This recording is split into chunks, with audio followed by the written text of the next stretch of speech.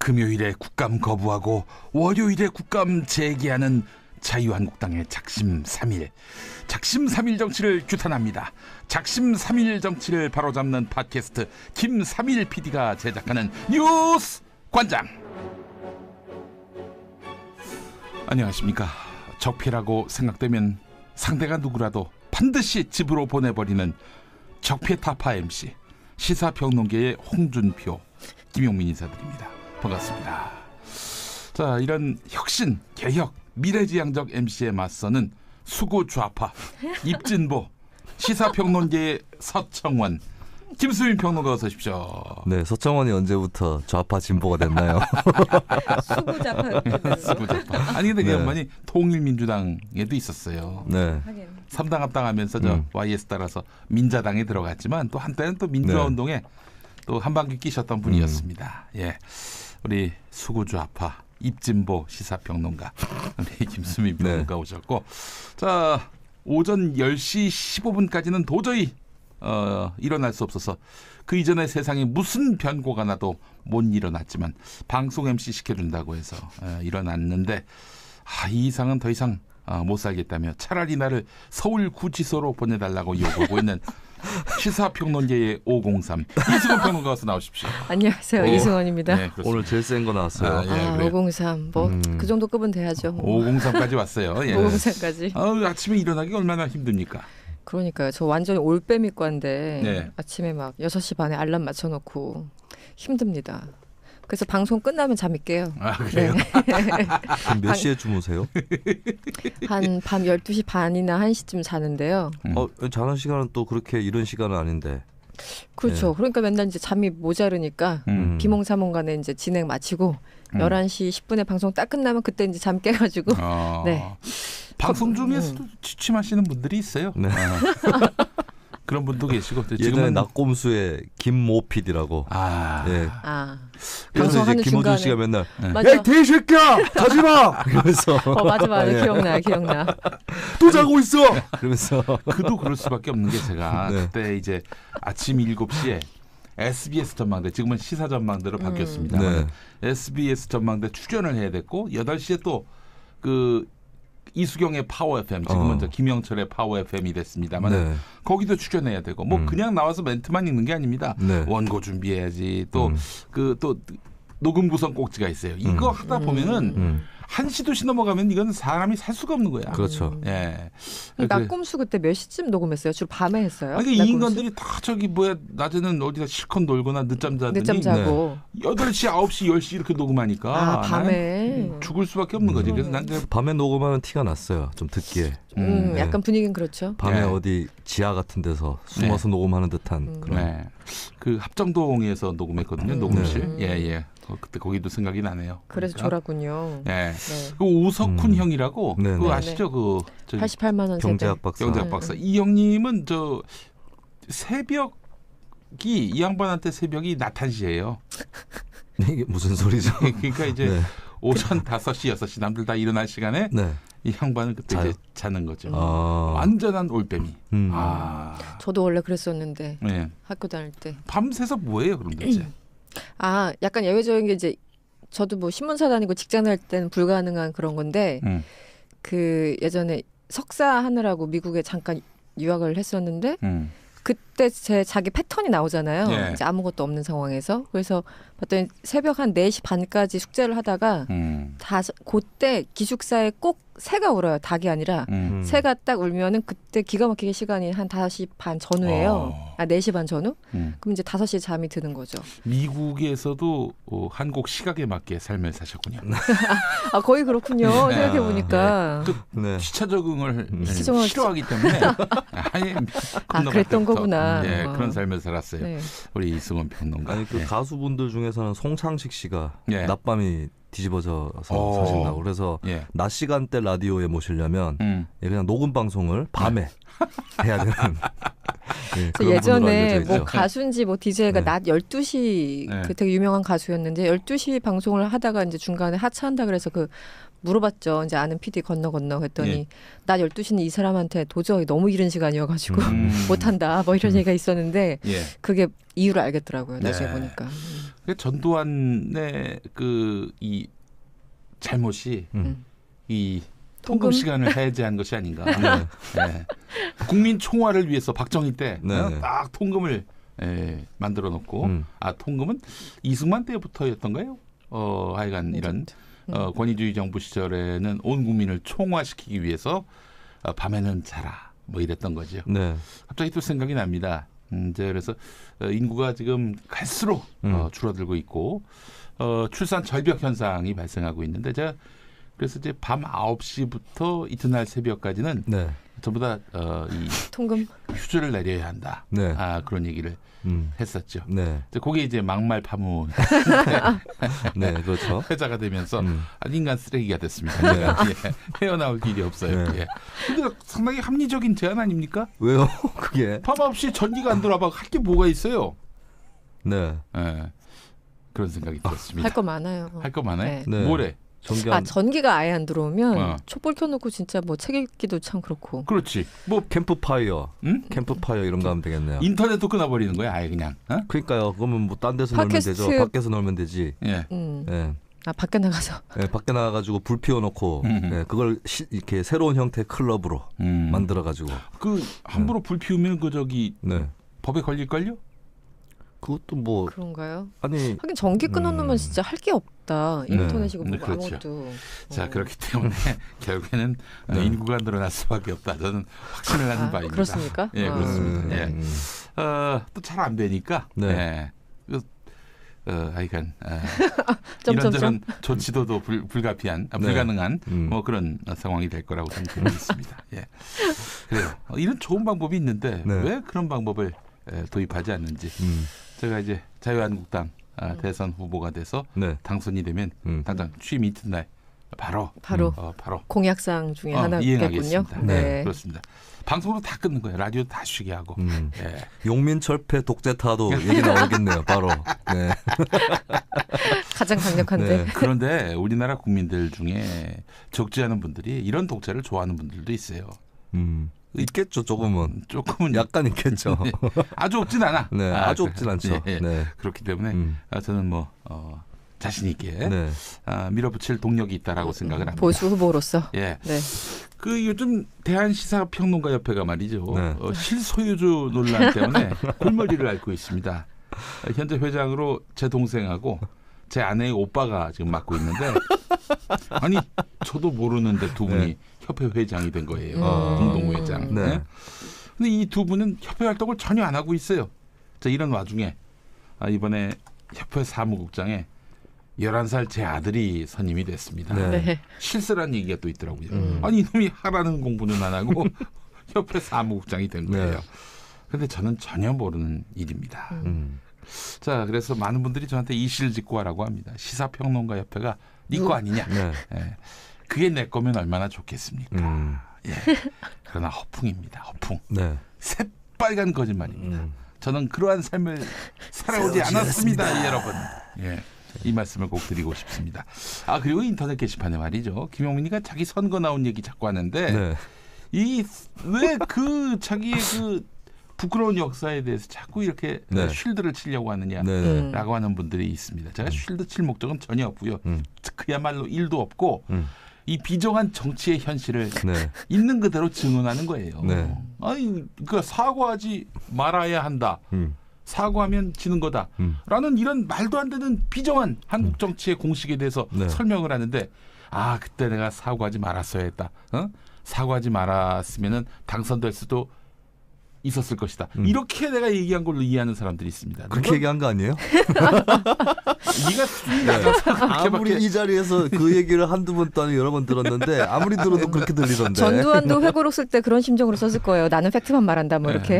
아닙니다. 저는 염치가 있는 사람이고 뭐 사과할 땐 사과를 해야 된다 이런 생각이 들고요. 그래서 저는 사실 그렇기 때문에 정치를 계속할 목적이라면 그때 사과하지 말았어야 한다는 게 제 본심이자 쉴드 칠 수 있는 논리지만 저는 지금 정치를 그만둔 상태란 말이죠.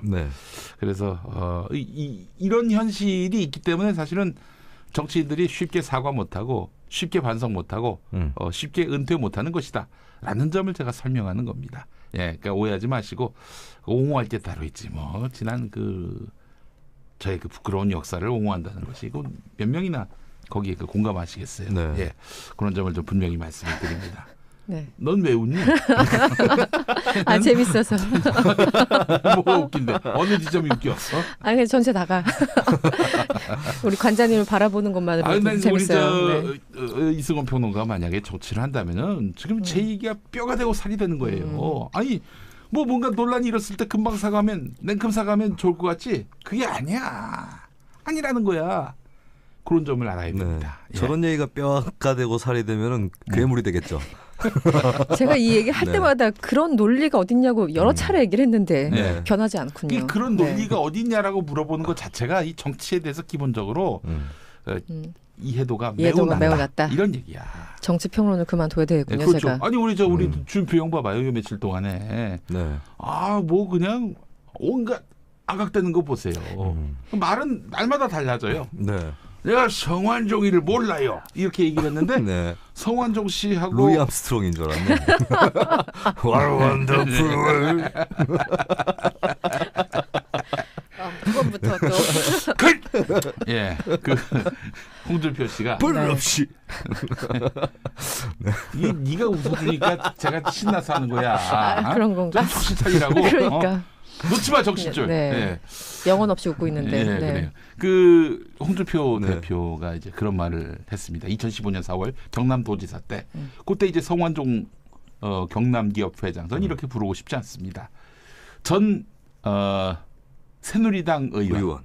그렇죠. 새누리당 의원 맞죠. 근데 언론들이 다 새누리당과는 상관이 없는 사람인 것처럼 그렇게 보도하는 거 이 자체가 이건 잘못된 프레임이라고 보는 건데. 성완종 씨가 참고로 2004년도에 자민련 김종필 총재 다음에 2번이었어요.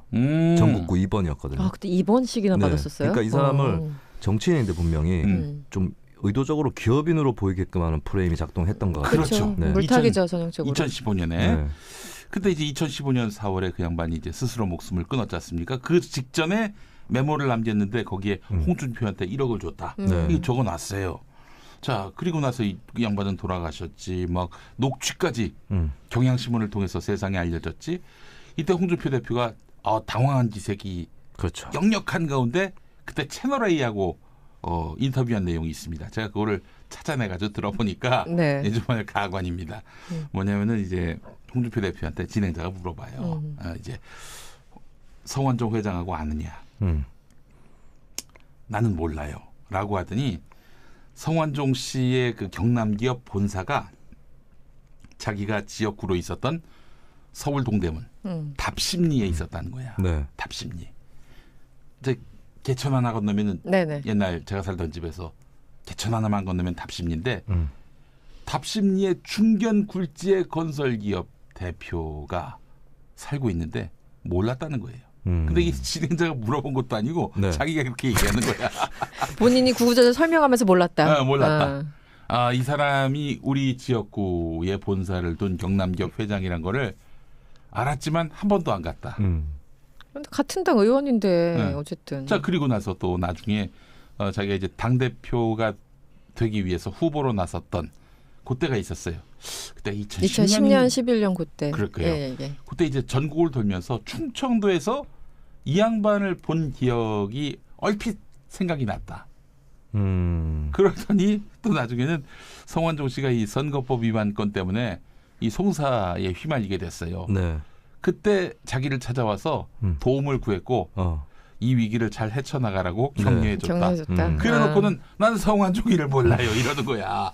이게 뭐야 대체? 진짜 말도 안 되는. 그래서 서청원 그 의원이 뭐 폭로할 수 있다 이렇게 얘기를 하니까 뭐 처음에는 말도 안 되는 얘기를 한다고 라고 하더니 내가 전화를 한번 해서 나를 엮지 말라고 그렇게 얘기했을 뿐이다라고 또 나중에 가서 슬쩍 또 전혀 모르는 것처럼 그 뉘앙스로 얘기하다가 네. 나중에는 서청원한테 네 측근이 자꾸 이렇게 나를 엮으려고 하는데 좀 조용히 시켜라 라는 식으로 이야기했다. 네. 전화로 통화했다. 그 측근 이제 윤승모 부회장 얘기하는 네, 것이죠. 그렇죠. 네. 그런데 또 이 얘기 또 바뀌어. 뭐 어떻게 바뀌냐면은 네. 골프장에서 만나서 얘기했다고. 통화한 거하고 골프장에서 얘기한 건 좀 다르잖아요. 네. 다 완전 다르죠. 예. 예. 그렇게 얘기를 합니다. 근데 윤승모 씨가 말이죠. 서청원의 측근이기도 했지만 홍준표의 측근이기도 했어요. 아울러 또 그 성완종 씨의 측근이기도 했고. 그렇죠. 그러니까 이 양반은 도대체 뭐 어디가 진실인지 상황에 따라서 그 어떤 감정의 기복에 따라서 뭐 증언이 막 달라지고 비틀어지고 이런 상황이란 말이죠. 그때 그 2015년 4월 인터뷰에 또 뭐가 있냐면은 내가 돈을 받은 일은 없지만 내 측근이 거래를 했을 수도 있겠다. 거의 뭐 그런 식의 그런 얘기를 했어요 그때. 네. 예, 이게 뭐야 이게 도대체 그러면은 예. 그래서 참 제가 봤을 때는 홍준표 대표가 상당히 이 사안에 대해서 곤혹스러워하고 있구나. 아각대는 거 보면은 뭐 해볼 테면 해봐. 뭐 정치를 뭐 더럽게 배워서 뭐 이런 어딘까지 나가죠 지금. 네, 그렇죠. 뭐 8선이나 되는 양반이 이러면서 그 메신저를 공격하고 있습니다. 정말 자기가 의혹으로부터 자유롭다면은 네. 그렇게 상대방을 씹을 일이 아니지. 진실이 내 편인데 안 그래요? 근데 이 녹취록 이번 사건은 진짜 둘 중에 한 명이 완벽한 거짓말을 하는 것처럼 돼버렸잖아요. 네. 근데 이제 서청원 의원이 녹취록이 있다고 했는데 이걸 혹시 못 가게 되면 이것도 서 의원 입장에서는 참 설명하기 어려운 걸 텐데 재밌는 건 그 이용주 의원 뜬금없이 네. 국민의당 이용주 의원이 녹취록이 있다라고 얘기를 하니까 이게 되게 재밌는 양상으로 흘러가고 있어요. 제가 왜 이 말씀드리냐면 보통 과거에도 이렇게 녹취록 가지고 정치권에서 왈가왈부할 때 보면은 뭐 별 내용 없이 흐지부지 끝나는 경우가 되게 많았었거든요. 네. 뭐 있다고 하더라도 내용 자체가 애매모호한. 근데 이번에는 이용주 의원이 등장하면서 약간 양상이 분명히 뭐가 좀 있는 게 아닌가 이런 생각이 들더라고요. 그리고 네. 이용주 의원은 지금 함부로 말하기에는 굉장히 어려운 사안이잖아요. 그렇죠. 네, 국민의당 그때 그 문준용 씨 사건 가지고 뭐 수사를 받느니 마느니 했기 때문에 이번에도 지금 이제 또 논반진반으로 또 조작한 거 아니야? 이런 얘기가 나오고 있으니까 그러니까 이용주 의원이 뭐 어느 정도는 도의적 책임을 예. 안고 있었던 거죠. 예. 네. 그 법조 출입 오래 했던 그 김프로라고 네. 팟캐스트 하는 이 SBS 기자 네, 출신이에요. 네. 그 양반 얘기는 이렇습니다. 만약에 홍준표 대표가 통화한 그런 녹취록이 없다면 네. 없으면서 있다고 얘기했다면 서청원 씨가 서청원 씨가 지금은 뭐 곧 공개하겠다, 팩트를 공개하겠다라고 했지만은 그렇죠. 네. 나중에 가서는 내가 뭐 당의 분란을 더 이상 키우지 않기 위해서 네. 키우면은 책임 있는 정치인이 아니다. 음. 그렇기 때문에 진실은 언젠가 밝혀질 거라고 하고 그때까지 내가 그냥 당분간 자중하겠다. 그러면 녹취록이 없다는 거다. 그렇겠죠 지금 이 상황에서. 그 뭐 이 정치인들이 뭐 품격 차리고 이런 사람들이 아니다. 네. 있으면 다 깐다. 근데 만약에 무슨 뭐 자기가 뭐 대의를 위해서 뭐 감춘다? 이건 없다는 얘기다. 이렇게 단언을 하더라고요. 예. 아무리 봐도 제가 봐도 그래요. 예. 그렇죠. 지금 저 정도까지 워딩 나온 거 보면은 그렇죠. 만약에 나중에 없다고 슬그머니 들어가는 거면은 서청원 의원이 뭔가 구린 거죠. 네. 그래서 서청원 의원이 글쎄요. 지금 저기가 절체절명의 위기 상황 아닙니까? 그렇죠. 여차하면 이제 목이 날아가는 상황인데 이때 뭐 한번 반전해 보겠다고 뭔가 카드를 꺼냈는데 이 카드가 아무짝에도 쓸모없는 카드다. 그럼 이대로 바로 관으로 가셔야지. 관으로. 관. 네. 그래서 이제 매장이 되셔야지. 네. 또 아울러 최경환 씨도 한꺼번에 세트로 박근혜와 함께 이렇게 이런 정치 무대에서 사라지는 그런 역풍을 자아내게 되는 것이다. 따라서 서청원 씨가 내가 뭐 대의를 위해 뭐 지금은 공개하지 않겠다. 이런 말 할 여지가 전혀 없는 지금 시츄에이션이란 얘기예요. 네. 예. 근데 어쨌든 서청원, 최경환 현역 의원들은 출당 조치하려면은 당내 의원들의 3분의 2 이상이 동의해야지만 가능한 거잖아요. 그 보니까 한 76명 지금 107석이죠. 네. 그러니까 한 76명 정도가 된다는데 어쨌든 그게 참 애매한 게 친박당이잖아요. 지금 네. 어쨌든 총선 때 다 친박 라인으로 들어왔으니까 친박당인데 또 서청원은 지켜줄 사람이 얼마나 될까 그 부분이 되게 궁금하더라고요. 네. 실제 표결 붙이면은 몇 퍼센트나 나올까? 좀 한번 상상해 보셨어요? 내기합니까? 갑자기 내기로 가는 건가? 내기로 가는 겁니까? 그건 좋습니다. 아니 의도는 그게 아니었는데. 좋아요. 이거 표수를 공개하나요? 표결하고 나서? 뭐 공개 안 할 거예요. 부결되면 공개 안 하고 가결되면 당연히 그러면은 공개하겠죠. 표결에 붙였을 때 가결해도 공개 안 하지. 예, 그러니까 표결에 붙였을 때 음. 서청원, 최경환이 출당될 거냐 안 될 거냐로 내기를 그렇지. 할 때. 그렇게 가시죠. 음, 김수민부터 하시죠. 저는 표결 자체가 된다면 출당된다에 걸겠습니다. 출당된다. 네. 그래요. 자, 우리 이승원 평론가. 잠깐만요. 잠깐 기다려 보세요. 이게 이제 장고 끝에 악수를 항상 둬요. 예. 아니 지난번에는 장고 끝에 정답을 맞추셨는데 기세에 밀려가지고 정확하게 맞춰놓고 밀려가지고 네. 방송의 원활한 진행을 위해서. 저 그때 네. 김명수 후보자 그거 찬반 표결 결과 나오는 거 보고 뿜었습니다 그냥. 저도 네. 아웃된다. 아웃된다. 네. 아웃된다로 갑니다. 왜냐하면은 일단 지금 이 흐름, 이 무드 속에서 박근혜는 이제 더 이상 힘을 가질 수 없다라는 판단을 갖게 된다면 자유한국당은 가차 없습니다.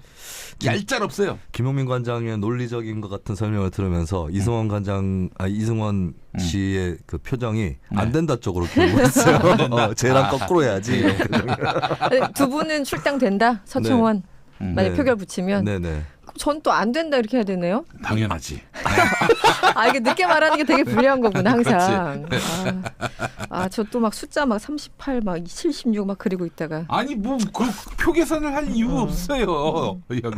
그러니까 사실은 지금 박근혜와 서청원, 최경환 정도가 나가줘야지 바당 의원들이 뭐 10명이 됐든 6명이 됐든 그쪽으로 갈 수 있는 명분이 생기는 거잖아요. 아울러 이제 박근혜와 관련한 온갖 지금 의혹들 또 스캔들들이 계속 나오고 있는 상황에서 이 암덩어리를 안고 갈 수는 없는 거야. 그렇죠. 그러니까 아무리 자기한테 공천 줬던 대통령이라 하더라도 또 자기들이 국회의원 될 때 당 지도부였던 사람들이라 할지라도 나의 앞날에 도움이 안 되면 버릴 수 있는 당이 바로 자유한국당입니다. 그래서 그렇죠. 그러니까 아무리 친박당이어도 그들 어쨌든 3명만 딱 제거하면은 명분은 만들어주는 거니까 출당시킬 가능성이 매우 높죠. 근데 그 성사시키기 위해서 난 또 그러면 뭐 안 한다로 뭐 해야 되겠네. 네, 안 한다. 네, 뭔가 돈박 쓰는 분위기인데 이거. 네, 알겠습니다. 알 수 없어요. 잘 선택하셨습니다. 예. 되게 좋아하시는데요. 선택을 존중하겠습니다. 예. 음모야, 음모. 예. 그러니까 자유한국당이라는 당을 보면은 아주 단순한 당입니다. 근데 사실은 정치가 단순해야 돼. 그래야 먹혀요 유권자들한테. 그 홍준표 말이 말이죠. 정말 말인지 저 진짜 무슨 말인지 발인지 이게 헷갈릴 때가 있지만은 근데 대중들의 뇌에는 아주 확실하게 박히죠. 예. 그런 면에서 봤을 때 지금 서청원 씨가 뭐 홍준표가 반발하니까 도리어 톤다운을 해요. 이건 아주 대단히 잘못된 거지. 네. 더 세게 나가야지. 그렇죠. 예, 그런데 지금 뭐 되는데. 팩트만 얘기한다. 네. 팩트가 뭔데? 내가 봤을 때 제시할 수 있는 팩트가 없을 것 같다는 생각도 들고 좋습니다. 여기서 하나 또 얘기해 보죠. 이 뭐 출당시키느냐 마느냐를 떠나서 이 서청원에게 뭔가 홍준표에게 일격을 가할 카드가 있다 없다 한번 판단해 보죠. 이번엔 이제 제일 먼저 이승원 평론가 하셔도 되고. 뭐 서청원 의원이 뭐가 있다? 있다. 그러니까 녹취록 외에도? 녹취록. 녹취록 포함해서. 네. 하여튼 홍준표를 보낼 수 있는 무언가 이게 있다. 저는 평소 같으면은 조금 의아했을 텐데 이용주 의원이 등장하는 바람에 뭔가가 있을 수 있다라고 생각을 하고 있어요. 예. 네네, 뭔가가 있을 수 있다. 예, 우리 저는 카드는 있는데 홍준표 쪽에서도 서청원을 보낼 수 있는 카드가 있어서 못 꺼낼 것이다. 둘 다 똑같이 갖고 있기 때문에. 네. 그런 것 같아요. 저는 제 인상이지만. 이런 막장 분위기면 다 까지 않을까 양쪽이 만약 갖고 있다면. 저는 통화 기록 정도만 있지 않을까. 통화 기록. 그러니까 그게 참 재밌는 게 여기 그 무슨 아무리 기록 정신이 뛰어나도 이제 기자들은 당연히 취재할 때 이렇게 녹음기 요즘 다 켜고 하잖아요. 네. 근데 그 와중에 홍이 전화하고 어쨌든 뭐 아주 친한 사이 아니어도 같은 당 뭐 사람인데 일일이 전화 올 때마다 다 녹음기 켜고 있다는 것 자체가 만약에 사실이라면 정말 씁쓸한 거잖아요. 아니, 근데 이런 계산도 가능해. 이런 계산도 가능한 게 그 당시 이제 홍준표가 이 이완구와 함께 네네. 비박 아니에요. 그 사람들은. 둘만 조사를 네. 제대로 받았죠. 친박들 다 빠지고. 그 친박들은 다 빠지고 이 그렇죠. 두 비박만 사실상 그랬죠. 재판정에 서고 고초를 겪고 있는 그런 상황인데 이 둘이 반발할 것이 너무나 분명하고 홍준표를 뭐 하루 이틀 봤습니까? 그러니까 딱 준비를 하고 있었구나. 그렇지. 전화 올 것이다. 친박들은 이제 준비하고 있었겠지. 그래서 홍준표가 어떻게 나오는지는 다 녹음을 해놓자. 그럴 그래서 수도 있어요. 서청원 의원이 녹음했을 수도 있겠다는 생각은 드는데 네. 그 김프로 이야기는 아니 그 고령의 정치인이 그 또 녹음하는 법을 알겠는가? 아무리 가르친다 하더라도 기민하게 할 수 있겠는가? 네. 그건 불가능하다. 근데 녹음하기가 뭐 그렇게 어려운 게 아니잖아요. 저는 아이폰만 써서 모르겠는데 삼성은 네. 바로 누르면 바로 되나요? 그렇죠. 그냥 통화 바로, 중에 녹음할 수 있어요. 버튼만 누르면 되는 거죠. 우리 얘기지 그거는. 그 어르신이 그 어르신이 심나게 혹시 몰라요. 아이폰인데 탈옥해서 녹음까지 하실 수 있는 분일 수도 있어요. 심지어 탈옥까지 할 수 있는. 그분들은 좀 다른 분들이잖아요. 예. 네. 아니 만만하게 서청원을 보면 안 우습게 보면 안 됩니다. 됩니다. 네. 이서청원이라는 사람이 녹음기 이렇게 들고 있을 이게 수도 있어. 정치 인생에서 이러면 안 된다고 저는 생각하는데 뭐 노선을 떠나서 네.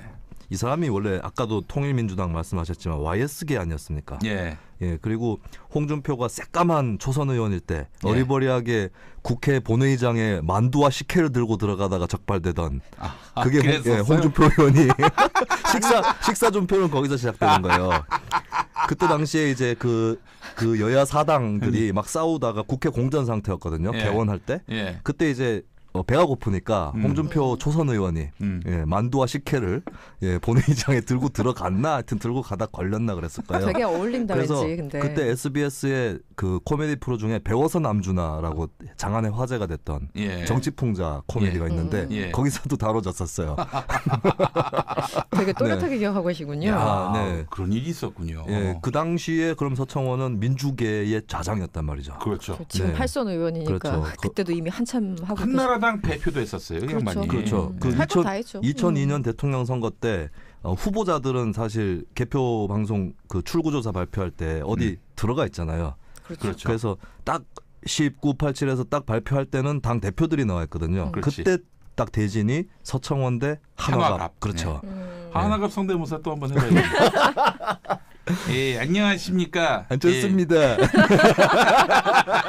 요건 실패. 안철수 같았어요. 네. 다시. 아니 이거 하나가 무슨 될 때까지 합시다 김대중 오늘. 전 대통령이랑 비슷하지 않습니까?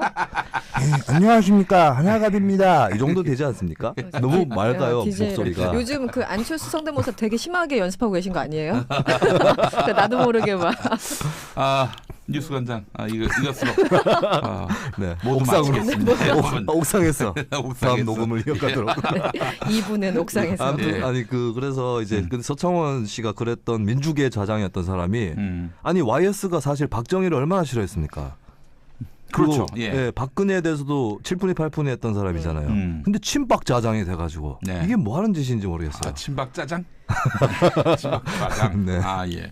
이분이 이제 민한당 소속이었어요. 그래서 사실 81년 당시 그 전두환이가 관제야당 그 이제 제5공화국을 열고 그때 이제 사실상 뭐 다 짜고 치는 그 야당을 만든 거 아닙니까? 뭐 민한당이니 국민당이니 심지어는 진보정당 비슷한 것도 관제로 만들었어요. 그렇죠. 그 비슷한 게 이제 민한당 아니었어요? 네. 당시 민한당으로 해서 서울 동작구에서 정치를 시작했던 분이고 그러다 85년에 민추협 거기 이제 주축을 이루었고 그러다가 이제 통일민주당으로 옮겨가서 김영삼 총재 비서실장을 거치면서 YS 계열로 이제 쭉 정치를 이어오신. 그러다가 이제 문민정부 들어서면서 정무장관을 하고 나중에 신한국당 원내 총무, 한나라당 사무총장 그러다가 이제 대선 국면에서 한나라당 대표를 맡았고요. 그러다 또 이 정치가 좀 굉장히 좀 이분이 질곡이 있었어요. 2008년 이제 18대 총선에서 이제 친박계 공천학살이 있었지 않습니까? 이 양반도 이제 물을 먹고 그렇죠. 나가서 이제 친박연대라는 전대미문에 세상에 그런 이름이 없었어요 정말. 그렇습니다. 정치가 낯이 두꺼워야 돼요. 예. 친박연대가 뭐 다른 이름으로 이렇게 나갔으면은 누가 알아볼 수가 없잖아요. 그렇죠. 네, 어차피 선거에서 당선만 되면 되는 건데. 설마인데 네. 진짜 그 이름으로 나가더라고요. 네. 당시 황당했죠. 그 확실히 그 사람들에게 각인된 그 효과도 효과는 컸고요. 분명히 있었어요. 네. 그래서 이 양반이 이제 공동대표로서 이제 선거를 진두지휘했고 나름대로 원내교섭단체까지는 되지 않았죠? 아, 기억이 좀 가물가물하네요. 아닐 거예요. 원내교섭까지는 안 됐을 거예요. 예. 안 됐을 거예요. 자유선진당 보다 조금 의석이 적었던 것 같은데. 네. 기억이. 예. 열몇 석이? 그 14석, 14석, 네. 14석을 차지했고 20석이 근데 안 됐으니까. 재밌는 게 뭐냐면은 그 비례대표 1번으로 여성을 이제 그렇죠. 세워야 되지 않습니까? 양정예 씨라는 맞아요. 예, 양정예 씨라는 분. 참 오랜만에 듣는 이름이네요. 듣도 보도 못한 네. 이런 그 정치권에서는 정말 뉴 페이스 정도가 아니라 뉴본 페이스였어요. 네. 완전히. 나중에 공천헌금 때문에 문제됐던 분이죠. 그래서 왜 그렇죠. 당신은 정치를 하는가라고 물어봤을 때 이 양반이 이런 얘기를 했어요. 누가 서가 양이. 양이 나는 젊으니까. 젊은이를 대표해서 네. 나왔다는 거야. 네네. 근데 엄마 돈으로 엄마가 나서서 치맛바람으로 사실상 네. 서청원 씨한테 공천원금을 냈고 그렇게 해서 비례대표 1번 차지했고 서청원 씨 감옥 갔고 네. 지금 서청원이라는 이게 이제, 정치인에 대해서 지금 5분 만에 정리를 깔끔하게 해주셨습니다. 서청원 씨가 관계되어 있는 조직이 청산회라고. 네. 아마 그 청자겠죠. 같은 청자인데 이 청산회가 또 친박연대의 주요 계파 중에 하나였죠. 예. 네, 그래서 가지고 지금도 기억나는 게 YTN 돌발 영상에 나왔었는데 친박연대가 화려하게 총선을 마무리한 직후에 박사모 간부들이 친박연대에서 기자회견을 해요. 근데 기자회견 하기로 홍사덕 의원이랑 얘기가 됐었나 봐요. 네. 근데 갑자기 당 관계자들이 뭐 지금 왜 기자회견 하냐, 네. 누구한테 허락받고 하냐 이런 식으로 하면서 실랑이 벌어진 거예요. 근데 이 박사모에서는 이거 청산회의 횡포다 이렇게 돼가지고 막 난리를 치기 시작해요. 그래서 막 서로 떠밀고 싸우다가 송영선 의원이 나타납니다. 예. 송영선 의원이 박사모 간부들한테 자초지종을 들은 다음에 예. 난리가 나죠. 예. 이 당이 어디 깡패 같은 것들이 장악하고 있어. 이러면서 심지어 한 당직자를 싸대기를 때립니다. 진짜 무서웠어요. 네, 그래요. 송영선 의원이 다 잡혀버려요. 예. 그분은 요새 뭐 하시는지 모르겠어요. 그 조편에 자주 조편에 가끔 나오시다가 나오시는 것 그 같은데. JTBC에서 뭐 어떤 망언을 해가지고 네. 난리가 난 적이 있었죠. 사드 문제 예전에 관련해서. 중국 사람들을 폄하했었나 뭐 그랬을 그 거예요. 거지 새끼 뭐 이런 네, 얘기했어요. 그렇죠. 네, 그랬어요. 네. 네. 예. 대단한 분입니다. 예. 네. 송영선 선생. 이분에 대해서 뭐 평가를 잘 못하겠어요. 우리 그래서 평가를 굳이 할 필요 없을 것 같은데요. 그 사실은 몇 번에 시사평론계의 네. 송영선 해가지고 네. 이승원 평론가를 좀 빗대려고 제발. 했다가 와서 저를 밟을까봐. 그냥 박근혜 할래요. 뺨 때리는 거예요. 503. 뺨 네. 때리는 거. 이 깡패 같은 것들이 뉴스관을 장악하고 있어. 그래서 이제 예. 그래. 네. 그 송영선 씨가 그때 11억 중국 거짓대 발언을 했었는데. 맞아요. 중국 거짓 때 예. 진짜 대단하시죠. 중국 대륙 11억을 상대로 맞짱을 뜨신 문봉길 의사보다 더 강한 배짱을. 정말 대단한 네. 분입니다. 그 이후의 모습을 잘 볼 수가 없어서 좀 안타까운 생각이 드는데 그래요. 하여간 우리 무슨 저 얘기하다가 지금 약간 서청원. 서청원 얘기했으니까 재밌는 분이에요. 네. 네. 그러다가 이제 그 양반이 또 이제 2015년에 이르러서 이제 2014년이었나요?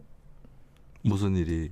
그때 이제 그 당 대표가 되려고 김무성하고 정면 2014년. 2014년이었죠. 그때 정말 맞아요. 세게 붙었죠. 730 재보선 국면은 또 김무성이 전당대회에서 승리한 이후에 네.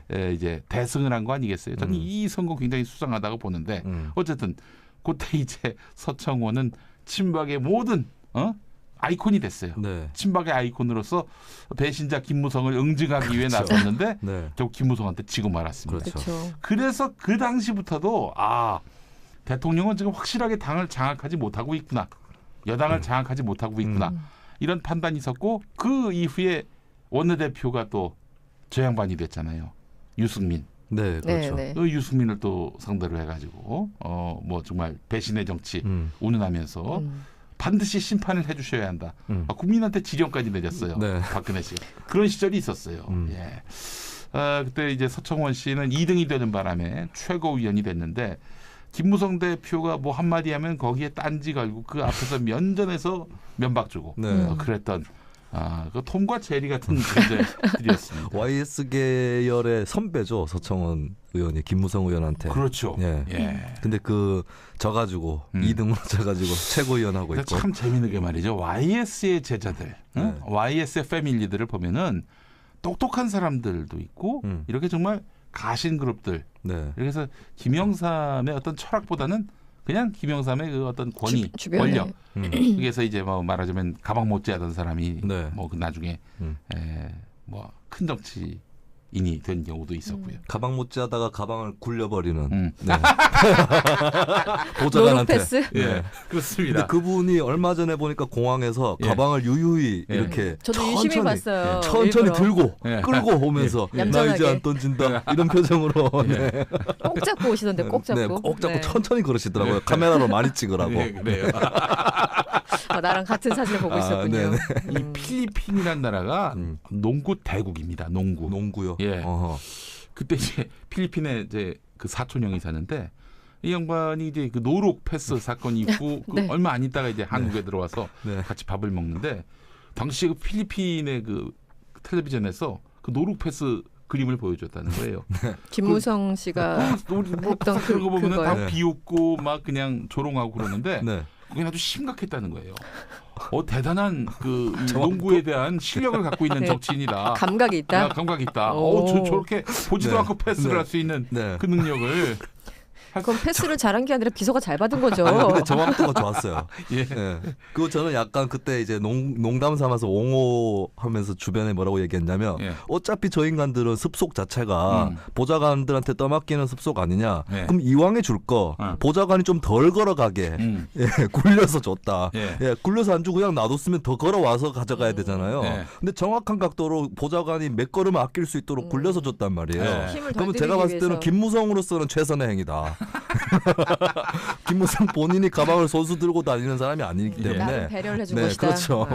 그래요. 진짜 세상을 참 아름답게 본다니까. 아니 김무성으로서는 예. 나는 네. 저기 내 자리가 위태로워서 가방 모찌가 누구라고 얘기 안 했는데 김수민 씨가 다 깠네. 예, 바로 김무성 대표. 네.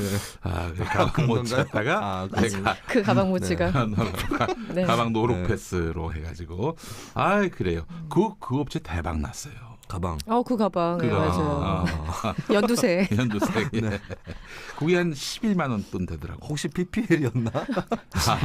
심지어 정치 페북에 자금 받았나? 아니 심지어 페북에 그 돌아다녔어요 한참. 그 제품이 이 제품이라고. 그렇게 했어요. 그래서 정말 판매고를 많이 올랐다는. 공항 패션이네. 공항 패션. 제가 딴게 공항 패션이 아니라. 팟캐스트 한 달 쉬고 김용민 브리핑 재기하면서 첫 시간 퀴즈의 정답자에게 두 분께 이 브랜드의 심지어 가방을 보내드렸습니다만은 이게 사실 그렇게 가신 그룹들로서 YS에게 충성한 그룹들이 있는가 하면은 YS가 저 친구 물건이다 해가지고 캐스팅한 그런 정치인들도 있었죠. 뭐 대표적으로 노무현 대통령이 있고. 그렇죠. 이인재 씨도 있고, 뭐 홍준표도 그 사례라고 볼 수 YS, 있죠. 그렇죠. 네. 김문수도 그렇고, 네. 뭐 두루두루 이렇게 민주화 운동 계열에서 활동했던 사람들을 수혈했는데, 뭐 그 중에 이제 YS하고 같이 정치 안 하고 따로 나와서 야당의 길을 걸으신 분들이 있죠. 노무현 대통령을 포함해서. 근데 참 YS와 그 DJ의 그 리더십의 차이를 보게 되면은 아주 상징적인 사건이 있었어요. YS는 아무개가 이제 YS는 이제 자기 측근들을 모아놓고 있으면은 막 자기들끼리 막 토론하게 만드는 거예요. 사회를 보는 것도 아니고 의제를 던지는 것도 아니고 큰 현안에 대해서 던져놓고는 얘기를 하면은 막 피 튀기게 똑똑하니까 막 삿대질도 하면서 고성이 오가면서 그때 YS는 팔짱 끼고 가만히 눈 감고 듣고 있다는 거예요. 이제 일설에 의하면은 듣는 게 아니라 잠을 자는 거였다. 자는 거였다. 그냥 경청하는 자세인 줄 알았는데. 오치 마시는 거였다. 뭐 그런 얘기도 있어요. 예, 사실은. 그게 YS가 묘하게 이제 서울대 출신으로 돼 있는데 그러면서도 굉장히 비지적인 이미지가 붙어 있어요. 그래가지고 뭐 일설에 의하면 이런 시리즈가 있죠. 뭐 영어를 잘 못한다 그래가지고 이제 외국 가가지고 뭐 영어가 막 나오고 있는데 어떤 사람이 어쩌고 하다 리멤버라는 단어를 꺼낸 거예요. 그러니까 YS가 옆에 비서한테 야 리멤버가 몇 월 달이고 미치겠다. 그 얘기 되는데. 그리고 이제 YS한테 외국 사람이 취미를 물어봤답니다. 근데 이제 뭐야 등산이라고 얘기를 해야 되는데 등산이 영어로 뭐죠? 클라이밍인가요? 그렇지 뭐. 네, 네. 그렇게 얘기를 하면 되는데 산을 가리키면서 마운팅이라고. 근데 김영삼하고 좀 가까웠던 분이 얘기하기를 그 두 가지 그 설화 중에 한 가지는 사실이다라는 얘기를 했다고 해요. 둘 중에 하나는 사실이다. 제가 이 이야기를 한 420번 한 것 같은데 네. 어린이날에 말이죠. 네. 그 일일 교사를 갔는데 그때 이제 뭘 얘기를 해야 될 거 아니에요. 그래서 이제 보좌관들 조언을 받고 딱 앞에 서서 어린이 여러분, 저기 그 유명한 네. 서양의 철학자 중에 네. 스노우 피자라고 있다고.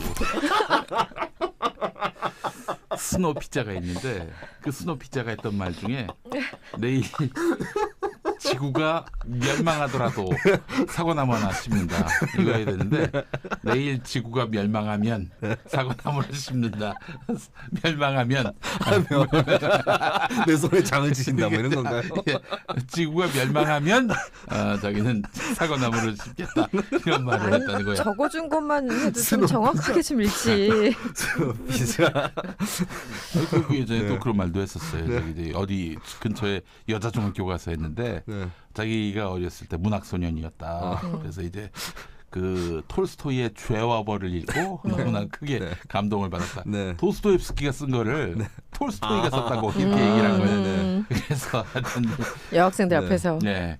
그런 좀 비슷한 실수들이 많이 있었나 봐요. 홍인길 씨라고 총무수석했던. 나중에 뭐 한보였나요? 그렇죠. 깃털이었다고. 예, 그렇죠. 몸통은 따로 있다 이렇게. 지금 필리핀에 사신다고 그러던데요. 아 그래요? 정말 그 양반이 잘생겼잖아요. 하여튼 뭐 수행비서 이제 했었는데 이제 가난한 야당 총재하다가 갑자기 여당 대표가 된 거 아닙니까? 민자당을 만들면서. 근데 이게 뭐 의전을 잘 모르니까 뭐 큰 사고를 쳤는데 어떤 행사가 있는데 이게 뭐 잘못 듣고 그 어떤 당 행사인데 영어로 제목이 온 거야. 근데 파티라고 있어가지고 무슨 파티인가 보다 해서 그 파티가 그 파티가 아닌데 연미복을 준비했지. 근데 갔는데 혼자만 YS 혼자만 연미복을 입고 온 거야. 미치겠다. 주목을 확 받은 거지. 주목을. 그리고 이제 마치고 상도동으로 가는 길이었는데 동작대교를 건너다가 야, 차 좀 세워라. 그러더니 인기라 네 한강에 빠져라. 밀어넣지 않은 게 다행이네요. 그런 얘기를 했다는 그런 내용이 있었습니다. 이거 파티면 DJ도 있어야 되잖아요. DJ. 그러니까. 그래서 그래요. 당시 신문에서 그 옷에 대해서 어떻게 썼을지 참 궁금하네요. 정치부 기자들도 소설 쓰기 딱 좋잖아. 이 뭐 복장의 메시지가 뭘까 이렇게. 아무도 연미복을 안 입고 왔는데 혼자만. 그런 재미있는 일화들이 YS한테 많았습니다. 근데 그런 YS지만 어쨌든 상당히 많은 정치인들 영입해가지고 YS의 흔적이 상당히 많이 남아 있어요. 그래서 저는 사실 그 보수 정당에서 나온 대통령이긴 하지만 YS와 그 나머지 보수 대통령하고는 이건 뭐 하늘과 땅 차이의 그 어떤 이 격차가 있다. 그 YS는 정말 나라를 바로 세워서 정의롭게 만들어서 정말 건강한 민주주의를 분명히 세우고자 하는 진정성은 분명히 있었다. 저는 이렇게 생각을 합니다. 다만 이제 그걸 뒷받침할 만한 여러 가지 또 정치적 환경이라든지 이런 것들이 좀 부족했던 면이 있었는데 근데 YS를 저는 뭐 굉장히 높게 평가하고요.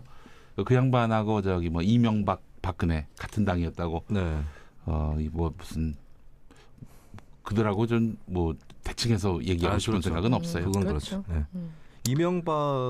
이명박도 YS가 영입을 했죠. 그렇죠. 근데 YS가 퇴출하기도 했어요. 결국에는 데려오긴 했지만은 이 인간은 도저히 뭐 설명할 수가 없겠다.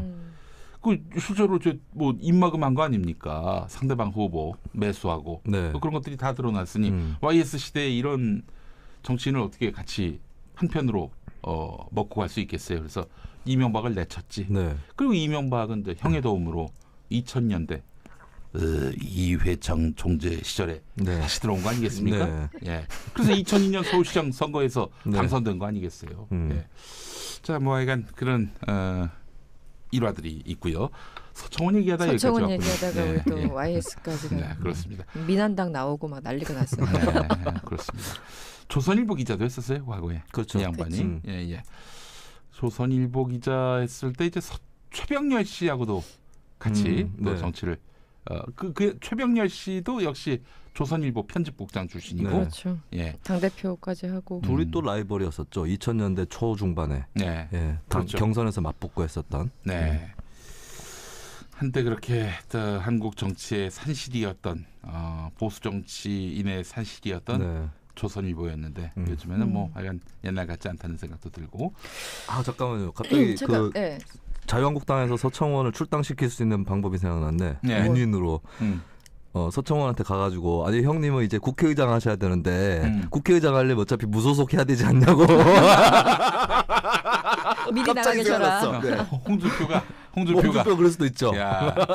진짜 서청원 그래서 자진 의원. 탈당하시라고. 아, 네. 그래요? 그래서 이런 거잖아요. 그러니까 그 관례상 1당에서 의장이 나오잖아요. 그렇죠. 그러면 홍준표는 형님이 나가주시면 바당 애들이 온다. 그래서 네. 우리 1당 되고 나서 예. 형님 국회의장으로 밀면 된다고 이런 식으로 얘기하는 거 아니야.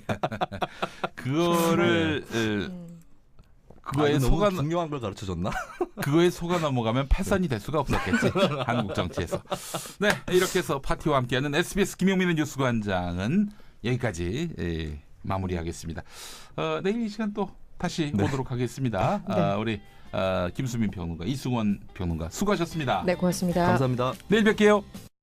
2010년 11년 그때. 그럴 거예요. 예. 그때 이제 전국을 돌면서 충청도에서 이 양반을 본 기억이 얼핏 생각이 났다. 그러더니 또 나중에는 성완종 씨가 이 선거법 위반 건 때문에 이 송사에 휘말리게 됐어요. 네. 그때 자기를 찾아와서 도움을 구했고 이 위기를 잘 헤쳐나가라고 격려해줬다. 격려해줬다. 그래놓고는 난 성완종이를 몰라요 이러는 거야.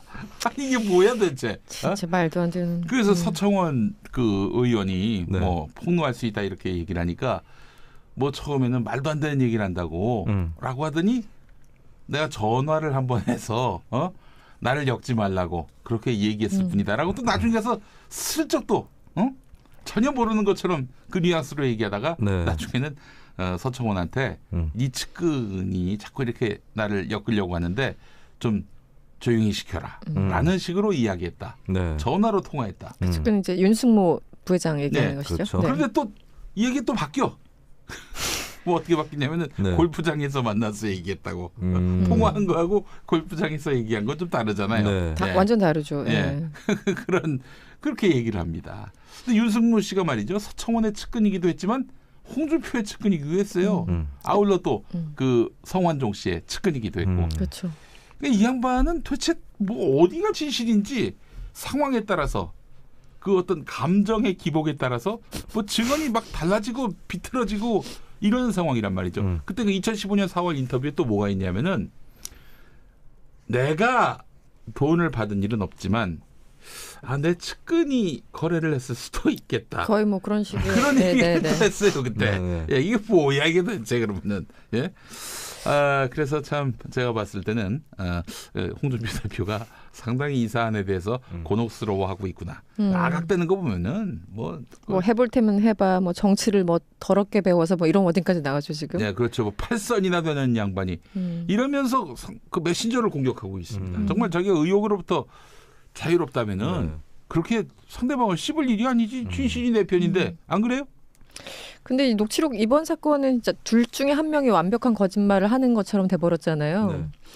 근데 이제 서청원 의원이 녹취록이 있다고 했는데 이걸 혹시 못 가게 되면 이것도 서 의원 입장에선 참 설명하기 어려운 걸 텐데 재밌는 건 그 이용주 의원 뜬금없이 네. 국민의당 이용주 의원이 녹취록이 있다라고 얘기를 하니까 이게 되게 재밌는 양상으로 흘러가고 있어요. 제가 왜 이 말씀 드리냐면 보통 과거에도 이렇게 녹취록 가지고 정치권에서 왈가왈부할 때 보면은 뭐 별 내용 없이 흐지부지 끝나는 경우가 되게 많았었거든요. 네. 뭐 있다고 하더라도 내용 자체가 애매모호한. 근데 이번에는 이용주 의원이 등장하면서 약간 양상이 분명히 뭐가 좀 있는 게 아닌가 이런 생각이 들더라고요. 그리고 네. 이용주 의원은 지금 함부로 말하기에는 굉장히 어려운 사안이잖아요. 그렇죠. 네, 국민의당 그때 그 문준용 씨 사건 가지고 뭐 수사를 받느니 마느니 했기 때문에 이번에도 또 논반진반으로 또 조작한 거 아니야? 이런 얘기가 나오고 있으니까 그러니까 이용주 의원이 뭐 어느 정도는 도의적 책임을 안고 있었던 거죠. 예.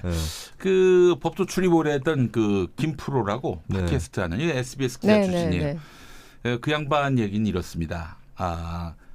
만약에 홍준표 대표가 통화한 그런 녹취록이 없다면 네. 없으면서 있다고 얘기했다면 서청원 씨가 지금은 뭐 곧 공개하겠다, 팩트를 공개하겠다라고 했지만은 그렇죠. 나중에 가서는 내가 뭐 당의 분란을 더 이상 키우지 않기 위해서 키우면은 책임 있는 정치인이 아니다. 그렇기 때문에 진실은 언젠가 밝혀질 거라고 하고 그때까지 내가 그냥 당분간 자중하겠다. 그러면 녹취록이 없다는 거다. 그렇겠죠. 지금 이 상황에서. 그 뭐 이 정치인들이 뭐 품격 차리고 이런 사람들이 아니다. 네. 있으면 다 깐다. 근데 만약에 무슨 뭐 자기가 뭐 대의를 위해서 뭐 감춘다? 이건 없다는 얘기다. 이렇게 단언을 하더라고요. 예.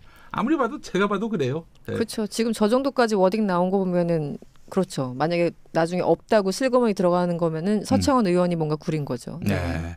그래서 서청원 의원이 글쎄요. 지금 저기가 절체절명의 위기 상황 아닙니까? 그렇죠. 여차하면 이제 목이 날아가는 상황인데. 예. 낮 시간대 라디오에 모시려면 그냥 녹음 방송을 밤에 해야 되는. 예전에 뭐 가수인지 뭐 DJ가 낮 12시 그 되게 유명한 가수였는데 12시 방송을 하다가 이제 중간에 하차한다 그래서 그 물어봤죠. 이제 아는 PD 건너 했더니 낮 12시는 이 사람한테 도저히 너무 이른 시간이어가지고 못한다 뭐 이런 얘기가 있었는데 그게 이유를 알겠더라고요. 나중에 보니까.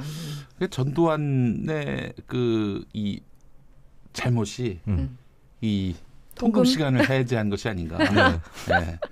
국민 총화를 위해서 박정희 때 딱 통금을 만들어 놓고 통금은 이승만 때부터였던가요? 하여간 이런 권위주의 정부 시절에는 온 국민을 총화시키기 위해서 밤에는 자라 뭐 이랬던 거죠. 네. 갑자기 또 생각이 납니다.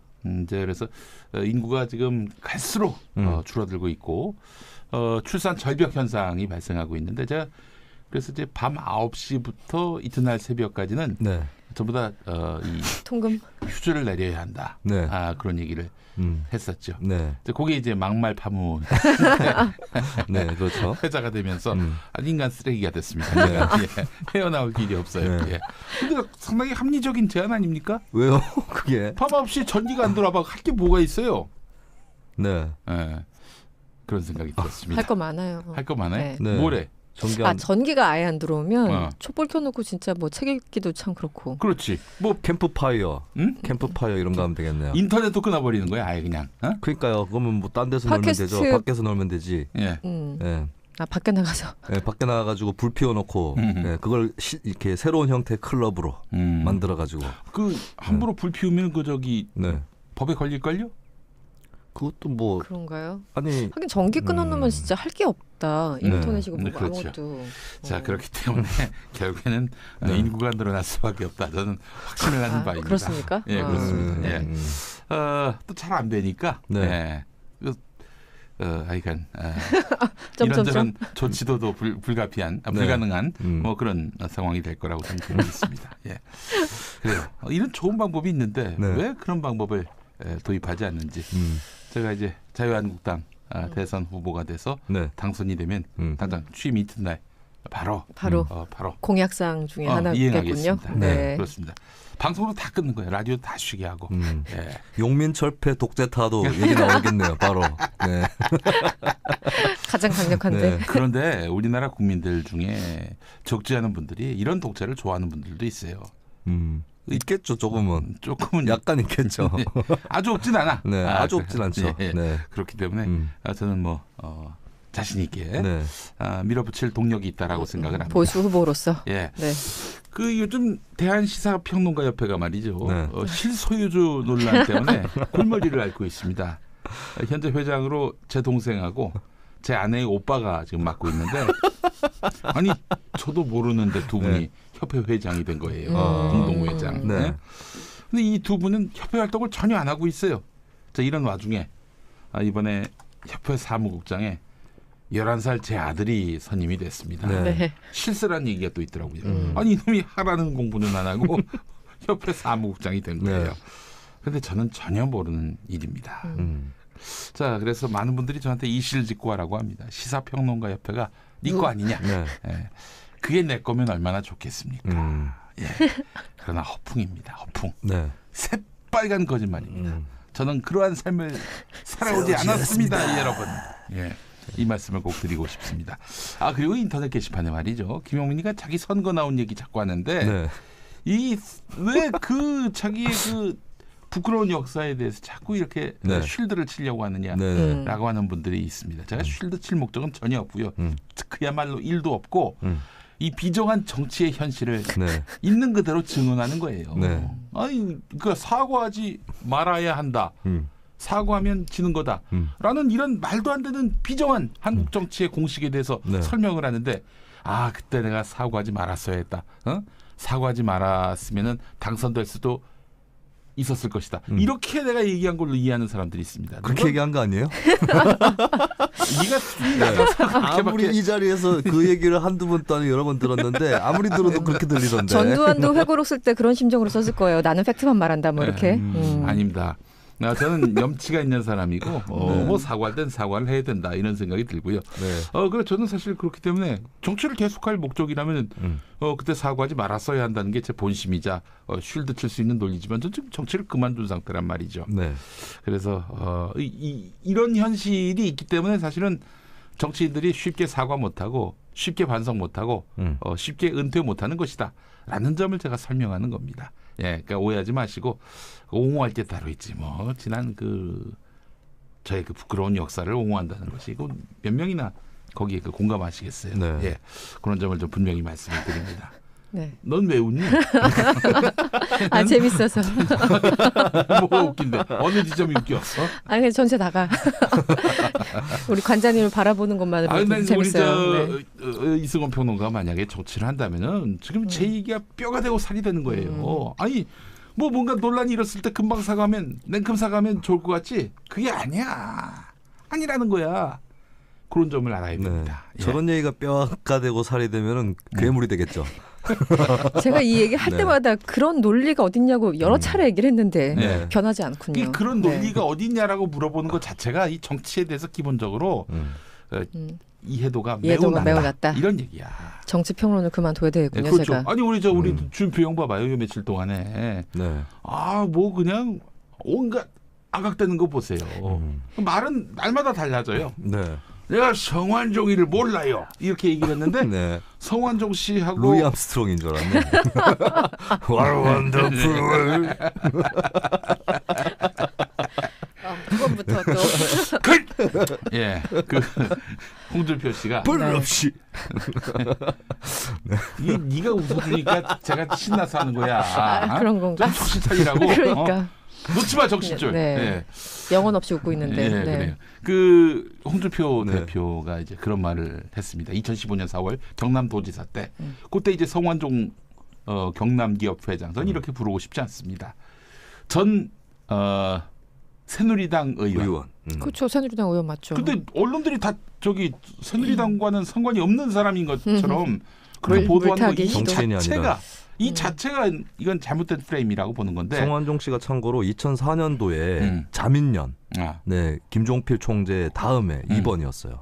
전국구 2번이었거든요. 그때 2번씩이나 받았었어요? 그러니까 이 사람을 정치인인데 분명히 좀 의도적으로 기업인으로 보이게끔 하는 프레임이 작동했던 것 같아요. 그렇죠. 물타기죠, 전형적으로. 2015년에. 그때 이제 2015년 4월에 그 양반이 이제 스스로 목숨을 끊었지 않습니까? 그 직전에 메모를 남겼는데 거기에 홍준표한테 1억을 줬다. 이거 적어놨어요. 자, 그리고 나서 이 양반은 돌아가셨지. 막 녹취까지 경향신문을 통해서 세상에 알려졌지. 이때 홍준표 대표가 당황한 기색이 그렇죠. 역력한 가운데 그때 채널 A하고 인터뷰한 내용이 있습니다. 제가 그거를 찾아내가지고 들어보니까 네. 정말 가관입니다. 뭐냐면은 이제 홍준표 대표한테 진행자가 물어봐요. 이제 성완종 회장하고 아느냐? 나는 몰라요. 라고 하더니 성완종 씨의 그 경남 기업 본사가 자기가 지역구로 있었던 서울 동대문 답심리에 있었다는 거야. 네. 답심리. 이제 개천 하나 건너면은 네네. 옛날 제가 살던 집에서 개천 하나만 건너면 답심리인데 답심리의 중견 굴지의 건설기업 대표가 살고 있는데 몰랐다는 거예요. 근데 이 진행자가 물어본 것도 아니고 네. 자기가 그렇게 얘기하는 거야. 본인이 구구절절 설명하면서 몰랐다. 몰랐다. 이 사람이 우리 지역구에 본사를 둔 경남기업 회장이란 거를 알았지만 한 번도 안 갔다. 근데 같은 당 의원인데 어쨌든. 자, 그리고 나서 또 나중에 자기가 이제 당대표가 되기 위해서 후보로 나섰던 그때가 있었어요. 그때 이때 뭐 한번 반전해 보겠다고 뭔가 카드를 꺼냈는데 이 카드가 아무짝에도 쓸모없는 카드다. 이대로 바로 관으로 가셔야지. 관으로. 관. 네. 그래서 이제 매장이 되셔야지. 네. 또 아울러 최경환 씨도 한꺼번에 세트로 박근혜와 함께 이렇게 이런 정치 무대에서 사라지는 그런 역풍을 자아내게 되는 것이다. 따라서 서청원 씨가 내가 뭐 대의를 위해 뭐 지금은 공개하지 않겠다. 이런 말 할 여지가 전혀 없는 지금 시츄에이션이란 얘기예요. 네. 네.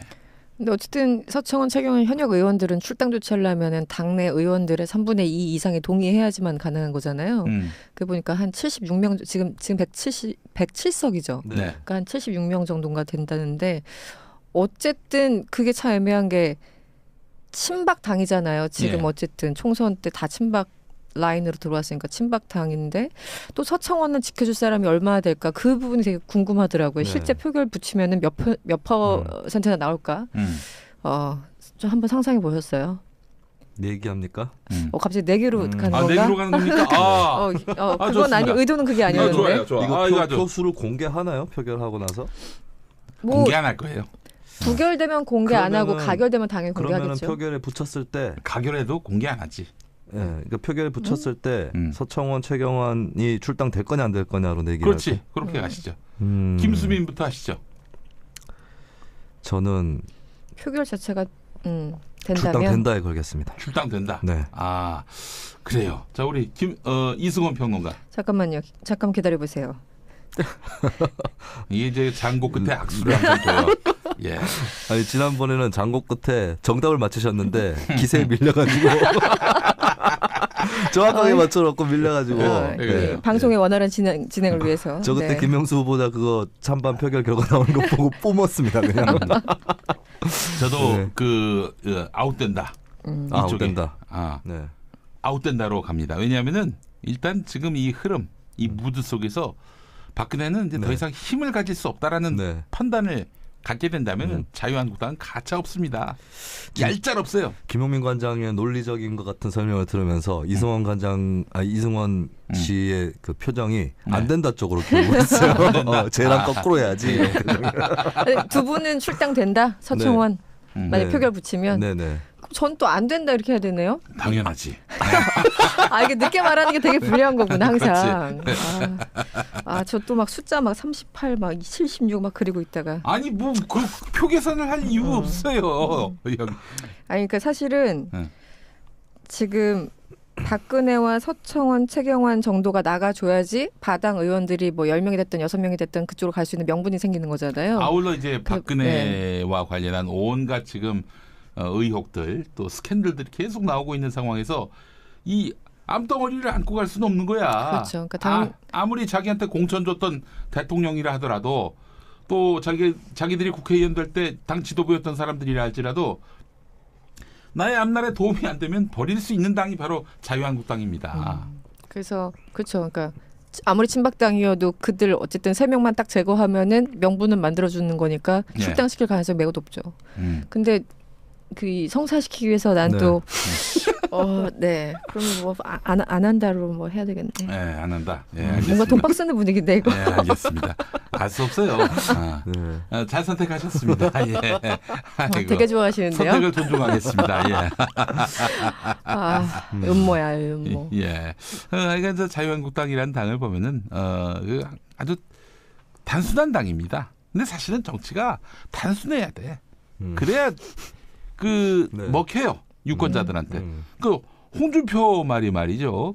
저 말인지 저 진짜 무슨 말인지 발인지 이게 헷갈릴 때가 있지만은 근데 대중들의 뇌에는 아주 확실하게 박히죠.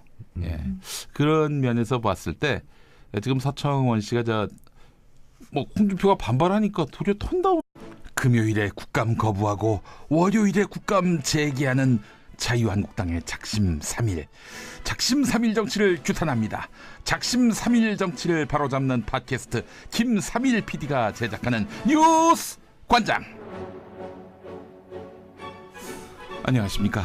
적폐라고 생각되면 상대가 누구라도 반드시 집으로 보내버리는 적폐 타파 MC 시사평론계의 홍준표, 김용민 인사드립니다. 반갑습니다. 자, 이런 혁신, 개혁, 미래지향적 MC에 맞서는 수구 좌파, 입진보, 시사평론계의 서청원, 김수민 평론가 어서 오십시오. 네, 서청원이 언제부터 좌파 진보가 됐나요? 수구 좌파. 수구 좌파. 아니 근데 그 네. 양반이 통일민주당에도 있었어요. 네. 3당 합당하면서 YS 따라서 민자당에 들어갔지만 또 한때는 또 민주화운동에 또 한 바퀴 끼셨던 분이었습니다. 예, 우리 수구 좌파, 입진보 시사평론가 우리 김수민 평론가 오셨고, 자 오전 10시 15분까지는 도저히 일어날 수 없어서 그 이전에 세상에 무슨 변고가 나도 못 일어났지만 방송 MC 시켜준다고 해서 일어났는데 이 이상은 더 이상 못 살겠다며 차라리 나를 서울구치소로 보내달라고 요구하고 있는 시사평론계의 503 이승원 평론가 와서 나오십시오. 안녕하세요. 이승원입니다. 네, 오늘 제일 센 거 나왔어요. 예, 503. 뭐 그 정도 급은 돼야죠. 503까지 왔어요. 예. 503까지. 아침에 일어나기 얼마나 힘듭니까? 그러니까요. 저 완전히 올빼미과인데 네. 아침에 막 6시 반에 알람 맞춰놓고 힘듭니다. 그래서 방송 끝나면 잠이 깨요. 아, 그래요? 그럼 몇 시에 주무세요? 한 밤 12시 반이나 1시쯤 자는데요. 자는 시간은 또 그렇게 이런 시간은 아닌데. 그렇죠. 네. 그러니까 맨날 이제 잠이 모자르니까 비몽사몽간에 이제 진행 마치고 11시 10분에 방송 딱 끝나면 그때 이제 잠 깨가지고 네. 방송 중에서도 취침하시는 분들이 있어요. 네. 그런 분도 계시고 예전에 지금은 낙곰수의 김모 PD라고. 예. 그래서 방송하는 이제 김호준 중간에 씨가 맨날 맞아. 야, 개새끼야, 자지 마. 이러면서. 맞아. 예. 기억나. 또 자고 있어. 그러면서. 그도 그럴 수밖에 없는 게 제가 네. 그때 이제 아침 7시에 SBS 전망대, 지금은 시사 전망대로 바뀌었습니다. 네. SBS 전망대 출연을 해야 됐고 8시에 또 그 이수경의 파워 FM, 지금은 저 김영철의 파워 FM이 됐습니다만 네. 거기도 출연해야 되고 뭐 그냥 나와서 멘트만 읽는 게 아닙니다. 네. 원고 준비해야지. 또 또 녹음 구성 꼭지가 있어요. 이거 하다 보면은 1시 2시 넘어가면 이건 사람이 살 수가 없는 거야. 그렇죠. 예.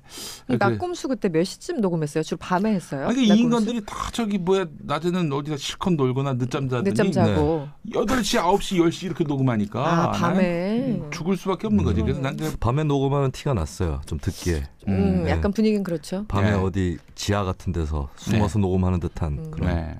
그 합정동에서 녹음했거든요. 녹음실. 예.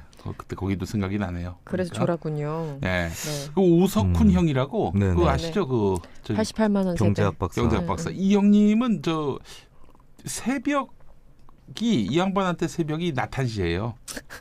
이게 무슨 소리죠? 그러니까 이제 네. 오전 5시, 6시 남들 다 일어날 시간에 네. 이 양반은 그때 자요? 이제 자는 거죠. 아. 완전한 올빼미. 음. 저도 원래 그랬었는데 네. 학교 다닐 때. 밤새서 뭐해요, 그럼 도대체? 약간 예외적인 게 이제 저도 뭐 신문사 다니고 직장 다닐 때는 불가능한 그런 건데 그 예전에 석사 하느라고 미국에 잠깐 유학을 했었는데 그때 제 자기 패턴이 나오잖아요. 예. 이제 아무것도 없는 상황에서. 그래서 봤더니 새벽 한 4시 반까지 숙제를 하다가 그때 기숙사에 꼭 새가 울어요. 닭이 아니라 새가 딱 울면은 그때 기가 막히게 시간이 한 5시 반 전후예요. 4시 반 전후? 그럼 이제 5시에 잠이 드는 거죠. 미국에서도 한국 시각에 맞게 삶을 사셨군요. 거의 그렇군요. 생각해 보니까. 네. 시차 적응을 싫어하기 때문에 그랬던 거구나. 예, 그런 삶을 살았어요. 네. 우리 이승원 평론가. 아니 그 가수분들 중에서는 송창식 씨가 낮밤이 뒤집어져서 사신다고 그래서